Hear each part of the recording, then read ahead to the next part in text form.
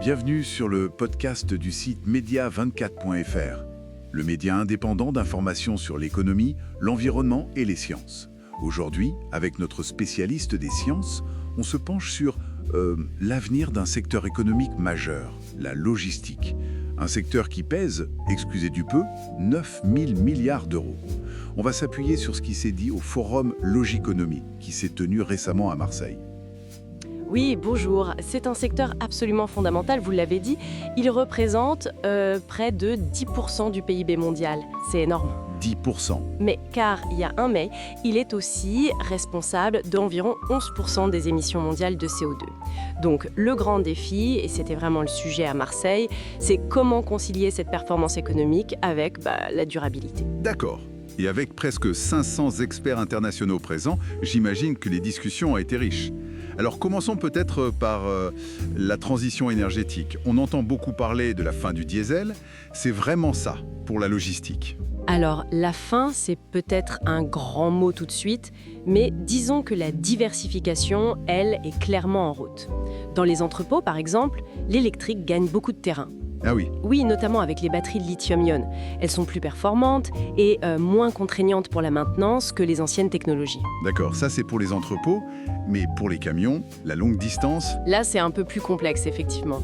L'électrique pure, pour un 40 tonnes qui fait des centaines de kilomètres, ça a encore ses limites, en termes d'autonomie, de temps de recharge. Du coup, on explore activement d'autres pistes. Il y a le HVO 100, par exemple. HVO 100, qu'est-ce que c'est exactement? C'est un biocarburant avancé. Il est fait à partir d'huile usagée, de déchets. Et l'avantage, c'est qu'il peut réduire les émissions de CO2 jusqu'à 90% par rapport au diesel classique. Et ça, c'est sans changer les moteurs actuels, ou très peu. Ah, jusqu'à 90%. C'est très intéressant ça. Et vous parliez d'autres voies aussi? Oui, il y a l'hydrogène vert. L'hydrogène produit à partir d'énergies renouvelables, donc sans émissions de carbone pour sa fabrication. C'est une piste très sérieuse pour les poids lourds sur longue distance. Donc on n'est pas sur une seule solution miracle, mais plutôt un mix. Exactement. L'idée, c'est vraiment ça. Un mix énergétique adapté.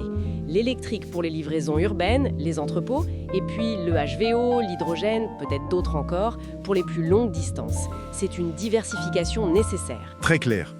Autre grande révolution, l'intelligence artificielle. On en parle partout.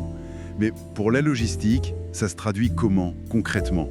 Ce n'est plus de la science-fiction. Ah non, loin de là.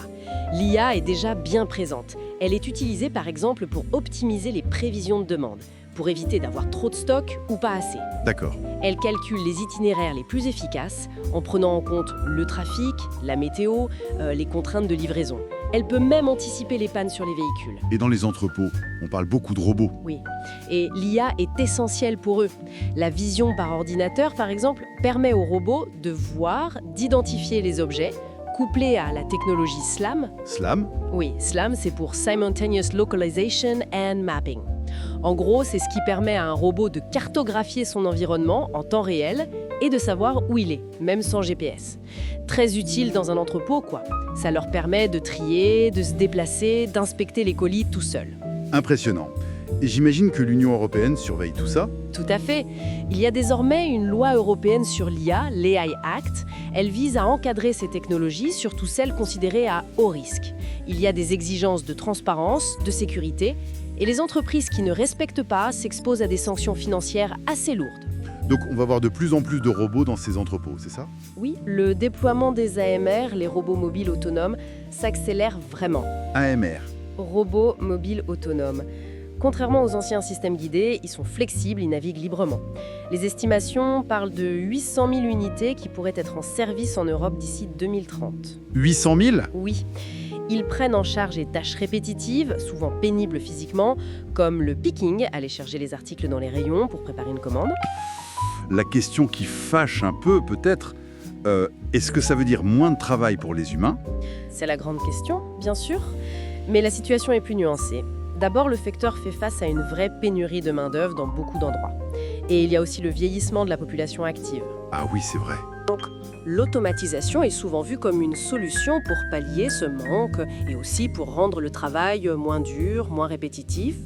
L'objectif affiché, c'est de revaloriser le travail humain vers des tâches de supervision, de gestion, de maintenance. qui demande plus de compétences. Ce qui implique de la formation, j'imagine? Énormément de formation, oui, c'est un enjeu majeur. Mais il n'y a pas que ça. Il faut aussi s'occuper du bien-être au travail. Vous pensez à quoi exactement? Mais on sait que les conditions peuvent être difficiles. Le burn-out est un vrai problème. Une étude mentionnée au forum disait que près de la moitié des salariés qui avaient quitté leur poste en 2022 citaient l'épuisement professionnel. Donc automatiser, oui, mais il faut aussi repenser l'organisation, la qualité de vie au travail pour garder les talents. D'accord. On a parlé énergie, IA, robots. Un autre point qui revenait, c'est l'importance des données, de la transparence. Ah oui, c'est fondamental aujourd'hui. On parle beaucoup des plateformes de visibilité, des sortes de tours de contrôle logistique, si vous voulez. Des tours de contrôle. Oui, elles centralisent toutes les données.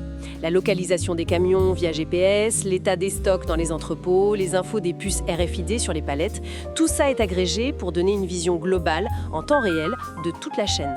Et ça sert à quoi concrètement? À plein de choses. D'abord, à optimiser les flux, évidemment. Savoir où est un colis, anticiper les retards, mieux informer le client final, c'est déjà énorme pour la satisfaction client. Mais ça va plus loin. C'est-à-dire? Ça permet aussi de mesurer beaucoup plus finement l'empreinte carbone de chaque étape, et notamment les fameuses émissions du Scope 3. Ah oui, le Scope 3, les émissions indirectes. Celles qui sont souvent les plus difficiles à calculer, non? Celles des fournisseurs, du transport en amont, en aval. Exactement. Et c'est souvent la part la plus importante du bilan carbone global d'une entreprise. Pour atteindre les objectifs de neutralité carbone que le secteur vise, il faut absolument pouvoir mesurer et donc piloter ces émissions-là. Et pour ça, il faut des données fiables, partagées. Ce qui pose la question de la gouvernance de ces données. Il faut qu'elles soient solides, sécurisées. Et tout ça est sans doute poussé à accélérer par les exigences de l'e-commerce. Livraison le lendemain, suivi au mètre près. Complètement. L'e-commerce a mis une pression énorme sur la logistique pour qu'elle soit plus rapide, plus précise, plus flexible. La gestion des retours, par exemple, c'est devenu un enjeu logistique majeur. Ça pousse à une optimisation constante et ça renforce aussi le besoin d'avoir des chaînes logistiques résilientes, capables d'encaisser les chocs. On l'a vu avec la pandémie, les tensions géopolitiques. Une chaîne logistique qui se bloque, c'est toute l'économie qui souffre. Dans ce contexte, des initiatives comme le forum Logiconomie, organisé par Toyota Material Handling, ça aide à faire avancer les choses. À connecter tout ce monde? Oui, je pense que ce genre d'événement est important.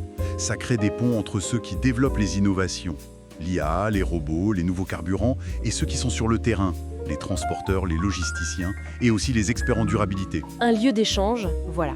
Confronter les idées, partager les bonnes pratiques, comprendre les besoins réels, c'est nécessaire pour que les transformations aillent dans le bon sens. Que ce soit via un forum physique ou des plateformes digitales, comme ils en ont aussi. Bon, si on essaye de résumer un peu tout ça, la logistique vit une transformation vraiment profonde. On a parlé de diversification énergétique, d'intégration massive de l'IA et des robots, Oui, de l'importance croissante des données pour être plus performants mais aussi plus durables. Et puis, de la place de l'humain dans tout ça qui doit évoluer. c'est une très bonne synthèse, oui.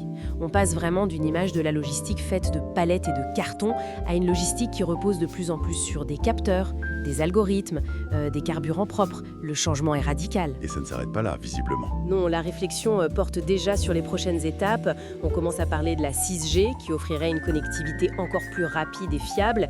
Et puis, il y a ce concept un peu fou de l'Internet physique. L'Internet physique? Oui, l'idée d'un réseau mondial standardisé où les objets physiques, les conteneurs, les colis pourraient circuler de manière aussi fluide et interconnectée que les données sur Internet aujourd'hui. C'est encore prospectif, mais ça montre la direction. Ça donne le vertige.